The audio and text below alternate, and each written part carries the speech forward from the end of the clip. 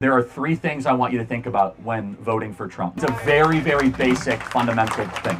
And as I said earlier, everybody in this audience is seeing their future worse off than their parents for the first time since George Washington.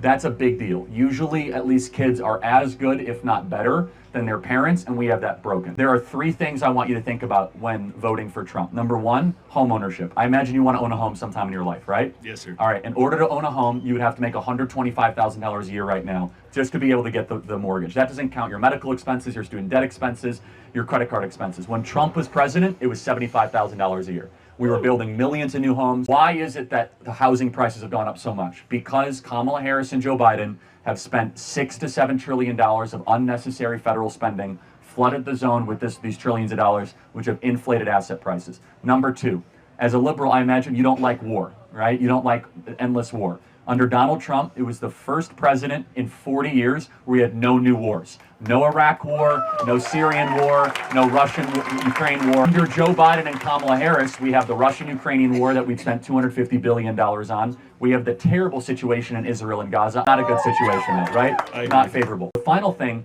is the border. Under Donald Trump, the southern border was the most secure it was in American history, with border crossings at an all-time low. Under Kamala Harris, 10 million people have come across the southern border into this country. We have no idea who they are.